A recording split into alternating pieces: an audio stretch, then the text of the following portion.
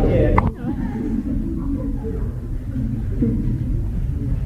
Seriously, were any of you in Hortonville yesterday? Watch. That's an eloquence.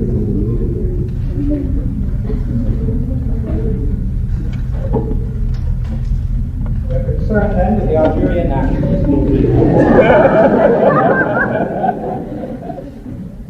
We are concerned with that Algerian nationalist movement in the first place in terms of its emergence. Its emergence in the most difficult and the most dangerous circumstances against, in the first place, the whole apparatus of force and repression by the French state, against the apathy, against the kind of passivity, against the fear, against the cultural backwardness of the Arab masses as they had developed under French colonialism. We are interested in that Arab nationalist movement in the second place in terms of its transformation. Its transformation very crucially from a movement that was legalistic, that was peaceful, into a movement that was armed struggle for autonomy and then for independence.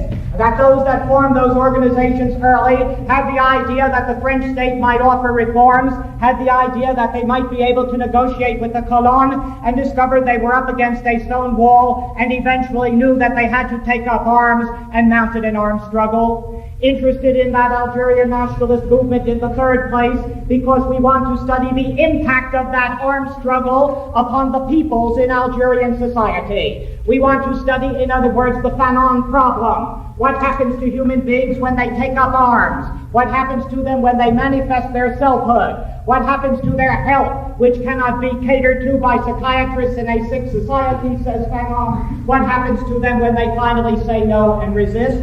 And a movement that we want to study fundamentally in the fourth place in terms of its tragedy.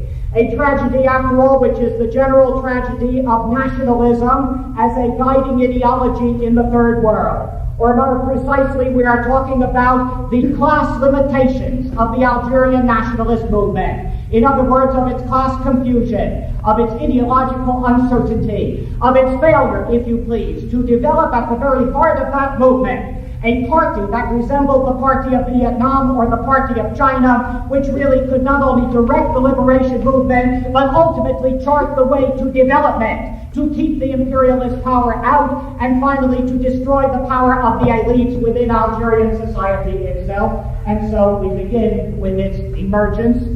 And to tell you how difficult it is for nationalist groups even to emerge in the 1920s and 30s, just think in your own mind of the problem of cadre, the problem of followers. Who were the nationalists to tap, after all? Who would be the nationalists? The peasants are the logical group, after all. And those Algerian peasants had been magnificent in the early decades of the French conquest. But they had been clobbered in that insurrection of 1871, and they fell somnolent. And they were a flotsam and jetsam, and a passive mass, until they were catalyzed in the 1950s by the guerrillas that went into those mountains. Or the working class in the cities, they are a product of imperialism, they are a lumpen proletariat, they are not organized. The cadre, the leadership, has to come from the Algerian intelligentsia, which is a relatively small intelligentsia, and which has a capacity to fall into one of two traps. Either it can become objectively reactionary. In other words, those Algerian intellectuals who have a sensitivity to colonialism and to the fact that they are being exploited, but who resist modernization, who clutch on to a certain kind of religious conservatism, who become, if you please, Islamic nationalists, and who want to congeal history at the point of the Quran, something that is perfectly nostalgic and perfectly utopian. Or the other trap, which is the trap that is really adopted by the more modernist nationalists at that time, and that the trap of assimilation. The idea on the part of certain of these Algerian intellectuals that they can make it within French society. They are the beneficiaries, after all, of some French education. They are the beneficiaries of certain posts in the bureaucracy, or they get certain of the places in the municipal councils after the law of February of 1919, which gives them a token representation. And we are talking in terms of that problem about an extremely important example. We are talking, if you please, about Third Abbas. And Third Abbas, after all, is the most visible Algerian nationalist in the period of the 1940s. And yet, to follow the trajectory of Farhat Abbas is to see how much mystification is possible for a small intelligentsia in a third world society that can be so easily co-opted, so easily bought off. You see, Farhat Abbas was bourgeois, and his father was a Qaid, in other words, a high-ranking Muslim who worked for the French. And he had, Farhat Abbas, a good French education. And he went to the University of Algiers, and he studied pharmacy. And in the city of Sétif, he opened a pharmacy shop. And then he became a municipal councillor in Sétif. And he became a conseiller général. In other words, a departmental councillor. He went up the ladder as much as the ladder was provided by the French. And consequently, he had no notion of an Algerian nation, no notion of Algerian independence. And he published in 1931 an important book called Le Jeune Algérien, The Young Algerian. And it is a collection of Farhat Abbas's articles over the 1920s. And it's really an astonishing book because it goes very much to the heart of the problem of whether third world intellectuals or black intellectuals, let us say, in America over long periods of time were not bemused about the possibilities within the framework of an exploitative society. And so you get no real distinction in Farhat Abbas between colonialism and imperialism. He talks of colonialism, by which he means a cultural disadvantage, or by which he means a certain political disadvantage. But he doesn't talk about imperialism, which is the whole systematic underdevelopment of his country, of the whole economic weight, after all, of that outside power. And so we read in the Jeune Algérien, colonialism must be overcome to ensure the entente between the French and the Arabs. And how is that to be overcome? By assimilation, of course, of the full and meaningful participation of the Arabs into the French state. And so, if he looks for nationalism, he doesn't find it in Algeria. He says this: Algeria is French terrain. We are French, but we have an inferior status. Our task must be to evolve from a colony into a genuine French province. Now, I want you to understand how illusory that is. And I want you to try to imagine how naive that is.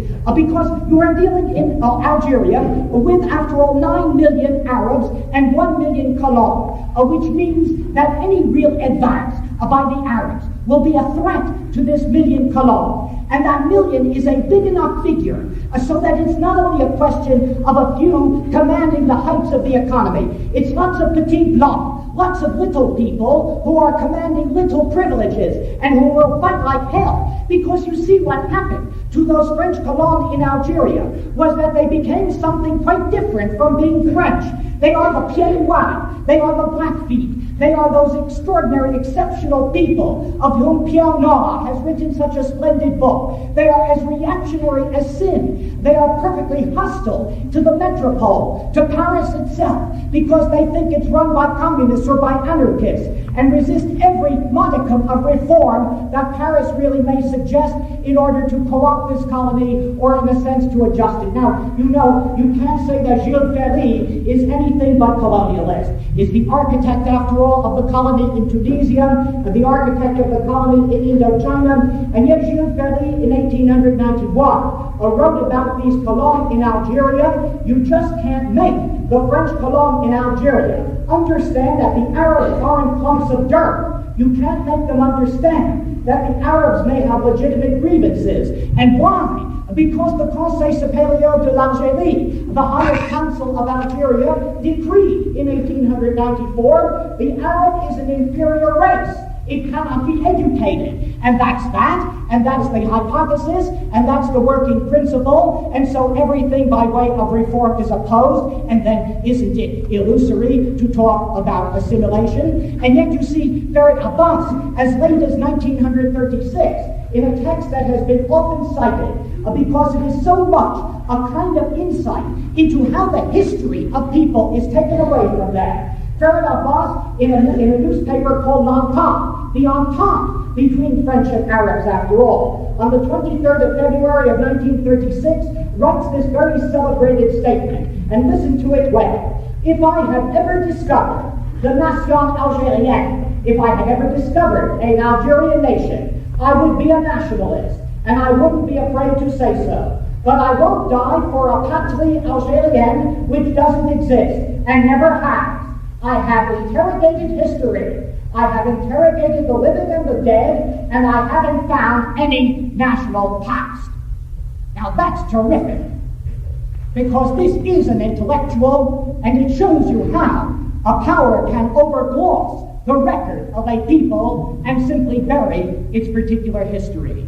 And you see what that syndrome is. It's the syndrome that was so brilliantly described by Aimé Césaire in that magnificent work called The Return of the Native. This Martiniquais, this West Indian, who went, you see, off to Paris and studied and was so brilliant and such a splendid poet and writer and dramatist, and who mixed with French intellectuals and thought that was his world after all. And then finally, only in midstream, went back to his island of Martinique to say, well, these are my people, and how do I ever get a bridge to them? That terrible gap, you see, that develops between a Europeanized or a westernized kind of intelligentsia and the mass of illiterate people. Or it's the whole problem, after all. That's very well inscribed in a conversation that I had with Baldwin, who lived in Paris for many, many years, and who, after all, absorbed all of that European culture. And he sat always in that cafe of the Old Navy Cafe, or the terrace of the Old Navy Cafe in Boulevard Saint-Germain, and he said one day, you know, that I, for years, thought that I, this black man, this American black novelist, was much closer to Bach and Beethoven and Brahms, as he put it, than to black people in America, and think of the trauma of going back and trying to discover that identity. You see, it's the illusion that was exposed magnificently in the autobiography of Malcolm X, in that dialogue that Malcolm X has with the black sociologist at Harvard. And Malcolm X makes a speech at Harvard, you know, and he says that the black bourgeoisie in America is buying a myth, that it will never really be liberated within a structure of exploitation, that there has to be a different kind of society if you are not to have the exploitation of these racial minorities or of the working class or anybody who, after all, must work to make the surplus value go. And so there was an extremely well-groomed black sociologist teaching then at Harvard, who said that he thought that Malcolm X was going much too far, that after all he was a black man and he had taken advantage of these studies and he had gone and he had gotten a PhD, and there he was teaching at Harvard, and Malcolm X said, you know what the ruling class calls very bright black men who go and get PhDs and teach sociology at Harvard? And the professor asked what, and Malcolm X said, nigger. And that was the expose that Aimé Césaire made of his own life, the expose that Baldwin made of his, that Fouad Abbas would ultimately make of his. I thought, you know, of that Malcolm X story a year ago. I was in France and I was trying to help a young comrade who was trying to come to America. I didn't know why. You know, there's this great rush to come to America and see how it is that we have made all this magnificent progress. And consequently, this was a very, very good type who said he wanted to wander to Kansas. There seemed to be the most remote place that he could. And so I thought I would help him because he was being denied a visa. And he was being denied a visa, granted he would belong to a small Maoist group. But I thought if he were wandering in Kansas, he might have a reasonable message for those people. I thought I would go then to the consulate and try to help him. And you know, when you go to the consulate or the embassy in a foreign country, and you know that you're paying for that building and paying for that ground, you get very arrogant, or you get equal. That's even better. And consequently, I went into the consulate. You go into the nice part when you're an American, and you are dealt with very politely. But when you're a foreigner, they put you in a building across the street, and it's very crowded. It looks like something out of the Nazis, the consul, you know, and everybody waiting there in line. And consequently, I went in, and I don't like lines anyway, and I was pulling rank all over the place, and I went right immediately through various bureaucrats, and I said, I want to see the consul. And they said, well, he's not here. I said, well, who's here? And they said, the vice consul. And so they ushered me into the office of the vice consul, and there he was. I mean, he could have been the twin of Sidney Poitier. And consequently, there was this extremely handsome, well-groomed, pinstriped man, and I said, I was just trying to help this young man so forth, and he said to me, well, you know, there are certain things we have to do to protect ourselves in America. And I said, I hope it lasts for you. And that at any rate, that there is a problem.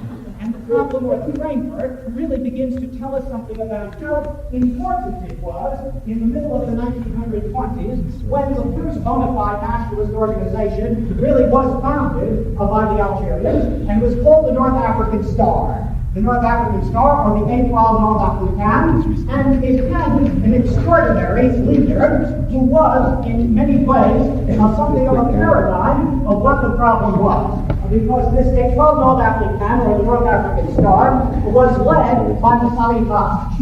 And the Salifage, of whom we will speak momentarily, really had something very, very charismatic indeed. Now, the North African Star was founded in France. It was actually founded in Paris, and among Algerian workers who were working in the plants of France at that particular time. And it was founded, if you please, in 1926 in the shadow of the French Communist Party.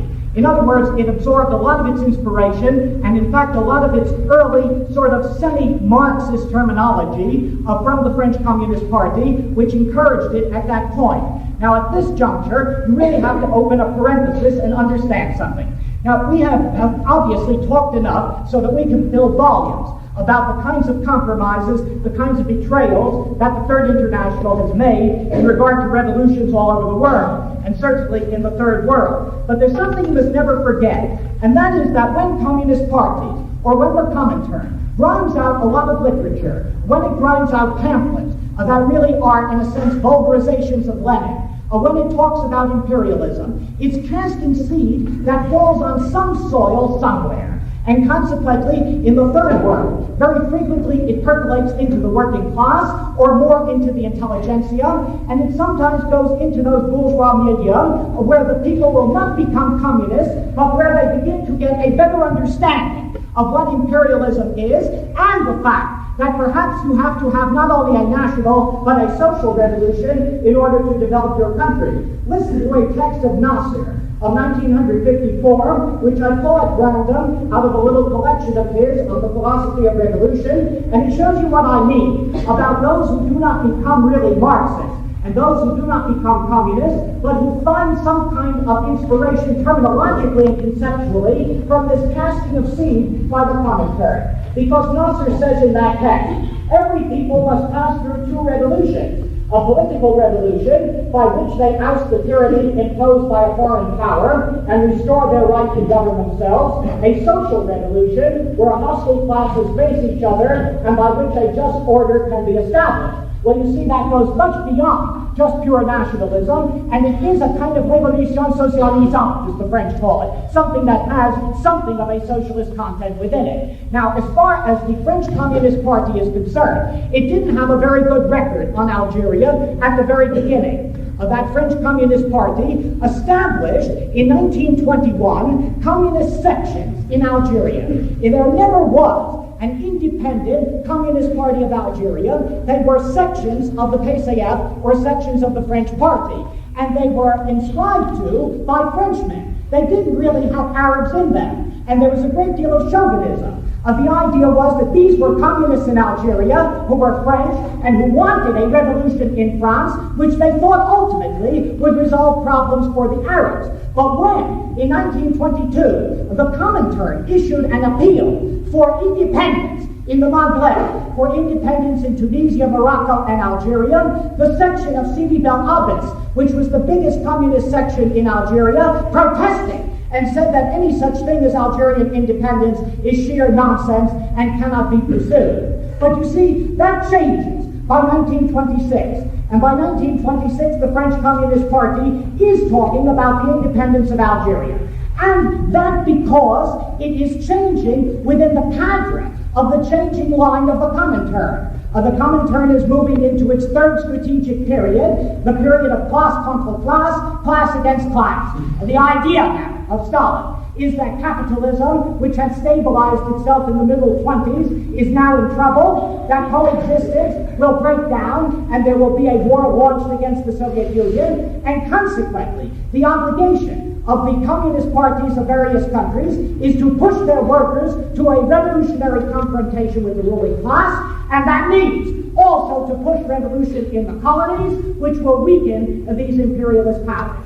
Within that framework, the Comintern and the French Communist Party begin to encourage the independence idea in Algeria. The Executive Committee of the Comintern in 1931 denounces the communist parties of the Maghrebian countries in these terms for its right opportunism, which capitulates before the imperialist powers and before bourgeois nationalism. In Tunisia and in Algeria, the communist organizations have been weakened by the fact that the communists have been unable to inculcate in the masses the need for the struggle against French imperialism. And so you see, it's within that ambit that the Étoile Nord Africaine, the North African Star, really gets started in 1926 with the idea that it ought to center its efforts on Algerian workers and with the idea that it ought to aim for independence and for a social republic. And not only for a national revolution, but indeed for a social revolution. Now that North African Star, by 1929, has 4,000 members,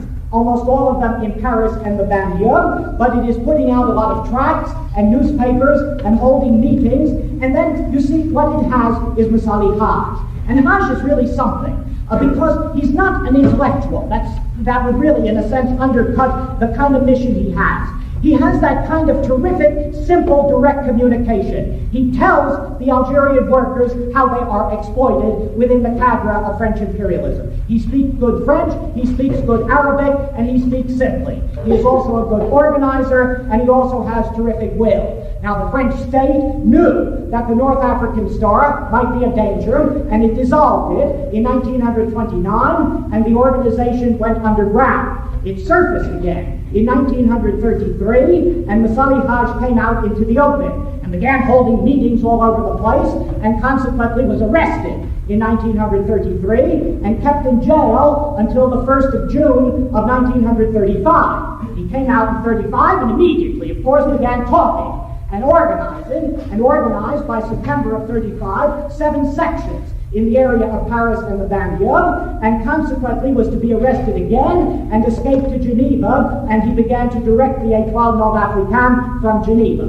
All of which takes us to a most interesting problem, which is the Popular Front. And the Popular Front tells us a great deal about where the French are, even the French left, when it comes to the question of colonialism or imperialism. Now, the Popular Front had a very ambiguous effect, as you know, upon the workers of France, because they had strikes going, which were finally done in by the Popular Front. It had an ambiguous effect on the Spanish loyalists. All of that we know. But it also had a very ambiguous effect upon the colonial struggle. Now, Moussali Haj and the North African Star joined the Popular Front. In other words, they joined the Rassemblement Populaire for the elections of May and June of 1936. And so, after the elections brought the Popular Front government to office in June of 36, Moussali Haj was permitted to come back into France and then to travel in Algeria. Well, that was great. He looked at this as a tremendous cover for going down into Algeria and doing what he hadn't been able to do. Here is a left-wing government in Paris.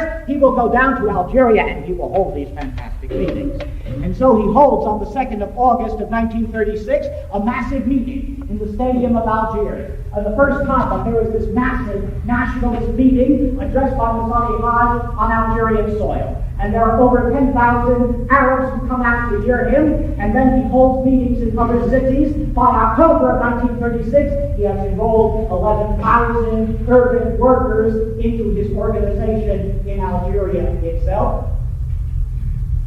And then he comes to clash with the Popular Front, because the Popular Front was not into the business of colonial liberation.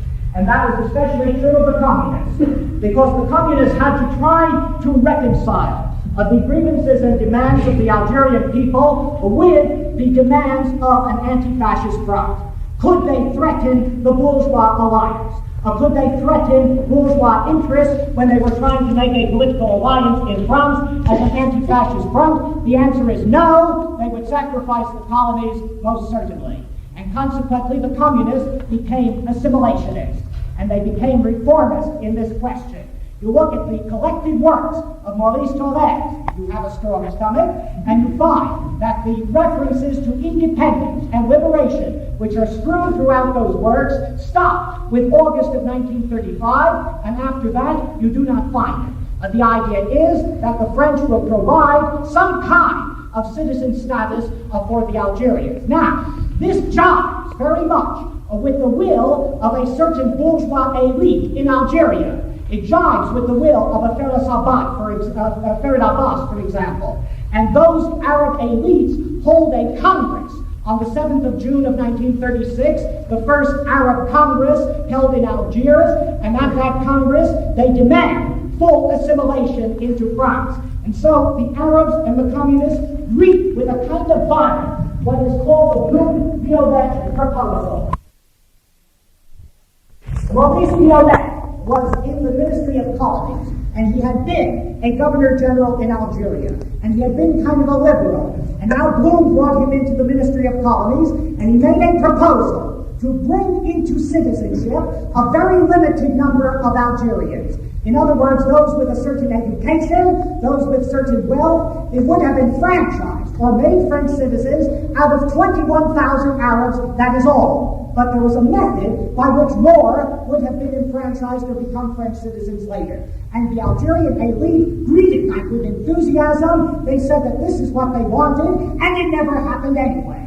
The Colon in Algeria put heavy pressure on, and the Blum-Violet proposal then failed. But the important thing for us is that from the very beginning, Messali Page and the North African Star opposed that assimilation. And they opposed it on absolutely important conceptual grounds. Here is Messali Page writing in September of 1935 in El Umma, which is the paper of the North African Star. And here you see you get the whole dilemma of the nationalist movement. We tell the people that the policy of assimilation is a grave danger, for we would lose all hope of independence. In other words, it is a critique, you see, of co-optation. The economic, political, and cultural direction of our lives belongs to us, and we should organize ourselves solidly so that we can take over the affairs of our country. And so they go on, demanding independence, demanding a struggle for independence, and finally, of course, they are dissolved. And the North African Star, by the Popular Front government, is dissolved on the 26th of January of 1937 under that very law which enabled the government to dissolve the proto-fascist leagues like the Front Foot. And when that happened, with the communists taking the lead in that, as Umar wrote on the 12th of February of 1937, the communists have taken the place of the imperialists. You communists have become chauvinists of the worst sorts, watchdogs of the colonial regime. And so what Messali Page did was rather clever. He said, all right, we said we were a league, we've been dissolved under the law against leagues, we reconstitute ourselves as a party. And so they became the PPA, the Parti du Peuple Algérien, the Party of the Algerian People, formed in March of 1937, and there was Messali Page back in Algeria, propagandizing under this new banner called the Party of the Algerian People. Well, he got about 3 months into it, began to hold monster rallies again, and finally, on the 27th of August of 1937, he was arrested once and for all. And when he was arrested, L'Humanité, the French communist paper, applauded that, and he did it with the usual terminology. Messali and his nationalist party have pursued the adventurous policy of Trotskyism. They were helped in their work of dividing the Algerian people by the fascist colons. And so, quite obviously, Messali Page called the Trotskyists and the fascists in one and the same breath, and that did him in good and proper at that point. All right. So the first effort fails. That first effort of the 1930s fails, but note again that what fails with it is assimilation.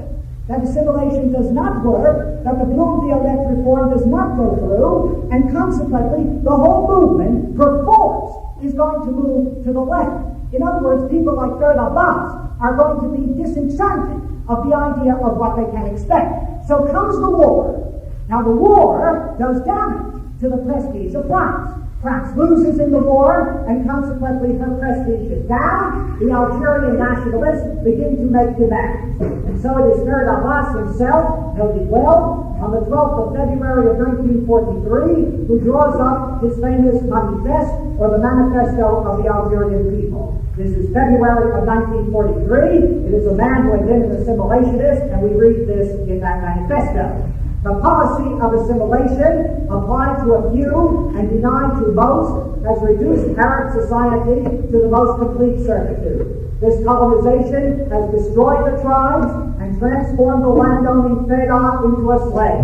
But an avant-garde has emerged, an intellectual, peasant, working class, which raises demands for the entire people. The granting to Algeria of her own constitution to guarantee A, freedom and absolute equality of all her inhabitants, B, suppression of feudal property and distribution of land to the landless, C, freedom of the press and the right of association, 4, free compulsory education for children of both sexes, 5, the immediate participation of Algerian Arabs in the government of the country. You see the point. And that Farid Abbas has now moved to the point of autonomy for Algeria within a federation with France, autonomy by her own constitution. And that manifesto is weighted upon the French authorities. Now, who are the French authorities? The French authorities, by that time, the Committee of National Liberation. In other words, it's de Gaulle. It's the Comité de la Libération Nationale, and de Gaulle sends to Algeria in June of 1943 a Governor-General, his representative, named General Cont'd. General Cont'd arrives on the 3rd of June of 1943. He reads this manifesto at Farid Abbas, and he answers it on the 23rd of June this way, and you can begin to see the question of blockade. Victory in the war must be the dominant preoccupation of the Arabs as well as of the French. It is hardly opportune to raise extraneous issues. Now, freedom isn't really an extraneous issue with the Arabs, but it is hardly opportune to raise extraneous issues that can only damage the unity of France and Algeria, which is crucial for the war effort. And under no circumstances can France ever concede of the independence of an Algeria which is part of her national patrimony. Well, the elites got upset. Farid Abbas and his friends got upset. And consequently, when that response came, they began to withdraw from those agencies in which they had participated, in which they were token representatives, and finally de Gaulle felt he had to step in. Now, you know, de Gaulle is magnificent. He always is there with a co-optative schema, and consequently he arrives on the 7th of March of 1944 with his famous ordinance. Now, the ordinance is 8 years after the Bloom-Violette reform proposal, and it's more extensive than that proposal, but it's much too late. What de Gaulle proposes is that all Algerians 21 years or over be able to vote in their electoral college. And that means that there are always 2 electoral colleges. All of the Arabs vote in one electoral college, all of the French vote in another, and they distribute the seats. And according to this ordinance of March of 1944, in all of the elected organisms, 2/5 of the seats would go to the Arabs, and 3/5 would then go to the French. Now, what the hell difference did it make if everybody voted? If they got 2/5 of the seats automatically, and that's the great ordinance of de Gaulle on the 7th of March. A week later, Farid Abbas and Masali Haj together called a meeting and organized an association called the Friends of the Manifesto, Amis du Manifeste, and that Friends of the Manifesto began to be a radical nationalist organization in which the Messalis, the followers of Masali Haj, much more radical than the followers of Farid Abbas, began to become the leaders. By the time you come to the end of the war, by the time you come to May of 1945, these Friends of the Manifesto have really appealed to a great number of urban dwellers, and they are demanding autonomy and a social republic, and the French won't have it. And the answer comes at Sétif on the 8th of May of 1945. And Sétif, after all, is violence. Sétif is a city, and on the 8th of May, because it was the end of the war, the Algerian Arabs asked the sub-prefect for permission to hold a manifestation. The permission was granted. Now, who organized that? Whether it was organized by the followers of Masali Haj, who wanted to push this movement to direct action, or whether it was organized by police agents who really wanted to clobber the movement, we probably will never know in our lifetime.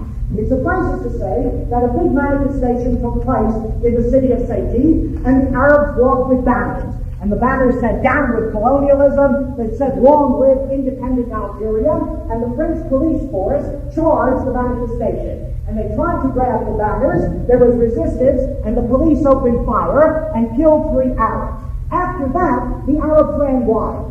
And they went through the streets, especially into the French quarter, and they simply found French, beat up on them, finally left that day 27 French dead. And that meant a reprisal of the most fantastic sort. Because for a week after Sayti, the Ministry of the Interior directed the harshest kind of repression. It meant that in the cities of Algeria, there were Arabs simply seized, beaten up, killed. It meant the strafing of 44 villages. Finally, between 10 and 20,000 Arabs were killed in that single week, and thousands arrested, and the leadership of these organizations struck down. And for the colon, it was a great day. And so you get that magnificent statement that comes out of one of the colon newspapers of that particular time, the Echo d'Alger, the Echo of Algiers, of the 8th of June, 1945, pour l'Afrique du Nord, c'est l'heure du gendarme. For North Africa, it is the hour of the gendarme. 1946, there is amnesty. Farid Abbas comes out of prison and organizes a new organization which is very moderate. It is an organization called the Democratic Union for the Manifesto. And that Democratic Union, the UDMA, is really a moderate organization to put pressure for real concessions by the French. In October, the Sunny Times comes out of prison and he organizes the MPLD, the Movement for the Triumph of Democratic Liberties, a more left-wing organization, but you see the impasse. The impasse is that the Algerian nationalists have not mounted the question of the armed insurrection. And the French force it. And they force it with the statute of the 20th of September of 1947. And that is a great turning point. Because the statute of the 20th of September of 1947 is as far as the new French state, this new democratic Fourth Republic, will go. It is a statute to give Algeria a new status, a status in which the Arabs participate. The banner under which it is conceived is the banner of assimilation. But by the time that statute went through, the pressure of the colon had been terrific, the pressure of de Gaulle had been terrific. Because here is de Gaulle, on the 18th of August of 1947, making a speech about the imperative of keeping French sovereignty in Algeria, and he defines sovereignty this way: the sovereignty of France. That means that there is no matter, no issue concerning Algeria where the public powers of France can alienate their right and their duty to decide. Nothing for the 9 million. So comes the statute, and the statute is right. Because you read that statute and you see something very, very interesting. The whole idea is we will make these Algerians assimilate themselves to France. But it isn't really that.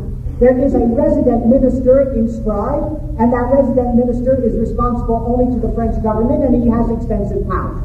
All right, there is an Algerian parliament, and that Algerian parliament is so constituted that 50% of the representatives will be elected by the million French and 50% by the 9 million Arabs. And then it is decided that there will be 16 categories of Algerians. Those who have done service for France, those who have money, those who have education, about 50,000 of them who will become citizens. And the Algerians won't touch it. They won't touch it. The few Algerian representatives of Farid Abbas's party who were in the French parliament refused even to participate in the debate. You see, that couldn't work. It couldn't work because no elections could be free so long as the resident minister and the colon ran them. And it couldn't work because the Arabs had no trust anymore in this kind of concession or this kind of assimilation. The only thing that reform did was to create an effective myth. The myth was that Algeria was being assimilated to France, and that meant that whenever there was problem or crisis in Algeria, the Colonne de Pays Noirs could call in the power of the French state. All of which means that there would be ultimate block. Now, there were some miserable freedoms given in that reform. You still had those 50% of the seats in the assembly. There still was the possibility, if you couldn't make legislation, you could make propaganda. And in the elections to the municipalities in October of 1947, something rather remarkable happened, which was that the party of Massalihaj, which was very radical and speaking more and more radical, swept the elections. And consequently, the French colonne and the French state said, look, in the April 1948 elections to this new Algerian parliament, who knows what will happen, who knows what kind of mad people will come in. And so the French sent down a governor general or resident minister named Edouard Magellan, and he was a socialist. And he went down and he organized the elections. And in those elections, if you can believe it, all of the government selected representatives or candidates won, with the exception of none. It was what was called élection à l'Algérienne, which was a kind of a comment made upon Magellan and the regime in that country. Well, the result is the armed struggle. The armed struggle begins in 1954, and it comes out of a split in Massalihaj's party. And the younger militants in that party, who are rather close to the mass, people like Ben Bella, people like Boudian, people who really are hungry. There are people who are petty bourgeois, who have been in the army, who really want the struggle. By the beginning of 1954, they found a new organism, an organism called the United Committee for Action and for Unity. And they break off from Massalihaj's party, and they decide that the armed struggle has to begin. And by November of 1954, they go off into the Orange Mountains to begin that insurrection. The French were absolutely catastrophic. The French didn't know what to expect. They had always had upset in the cities, but not in the countryside, not in the mountains. They didn't know how to cope with this peasant uprising. Mendes France sent down Jacques Soustelle as the minister in February of 1955, and Soustelle goes down with an astonishing statement as to how he was going to deal with it. He arrives in February of 1955. He says, France is here as the fiber of Algeria. France has made a choice, and that is integration. And consequently, the French will not yield, and the war begins in earnest in 1955. Two things you know. One is that from the very beginning, the direction of the armed struggle was a direction organized by the Front of National Liberation. The Front of National Liberation is formed in April of 1955. It is the FLN, the Front de la Libération Nationale. And that Front of National Liberation does include all elements of Algerian society. It includes the elites of the city. It includes the fela of the countryside. It is a very broad front. But note it well that what you gain in that broad unity, you lose in ideological direction. By 1958, that FLN had organized a provisional government of the Algerian Republic, the Gouvernement Provisoire de la République Algérienne.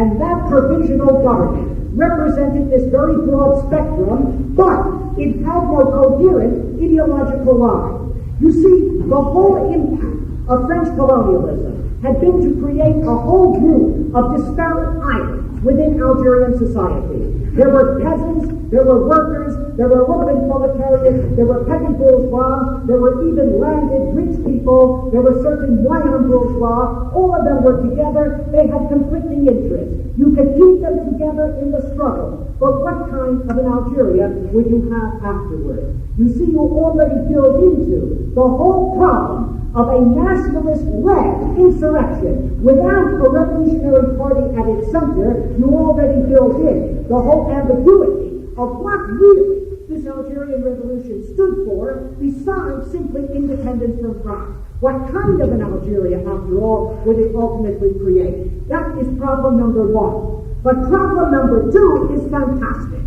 And that is the Fanon time. And note it well, that fundamentally, what you create in the armed struggle is a different people that you have through that struggle something that really changes.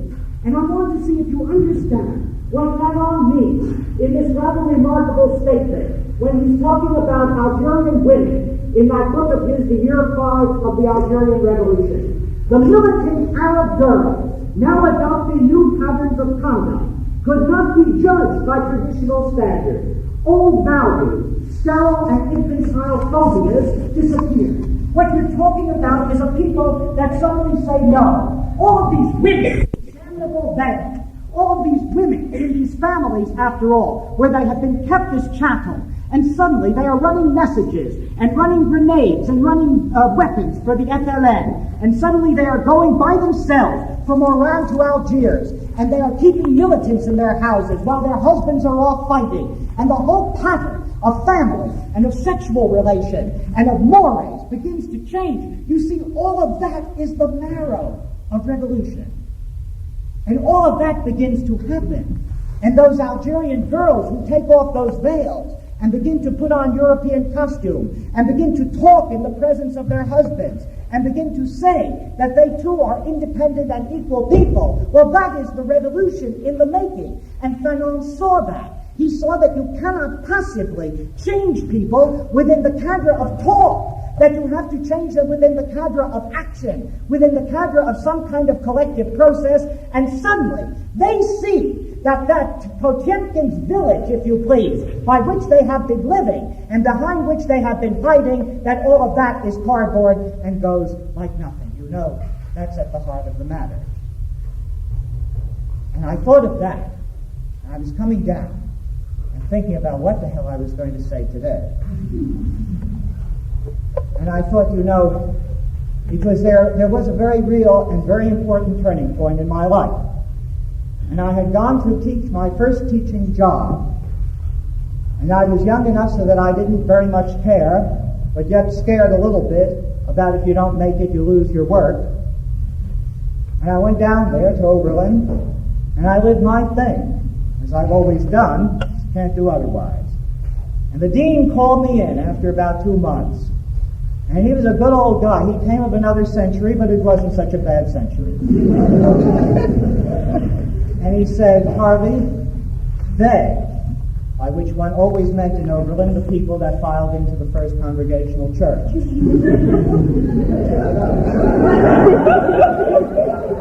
And he said, they're upset. I said, about what? How about your politics? Ooh, well, let them disprove. It's about your sex life. Well, let them not watch. About you losing your job. And I said, Carl, I was eating before I came to Oberlin, and I will eat after I leave.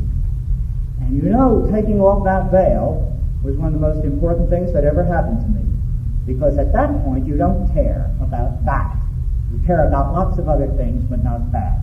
And what I urge upon you in your lives is to take off that veil, because you will eat after you take it off.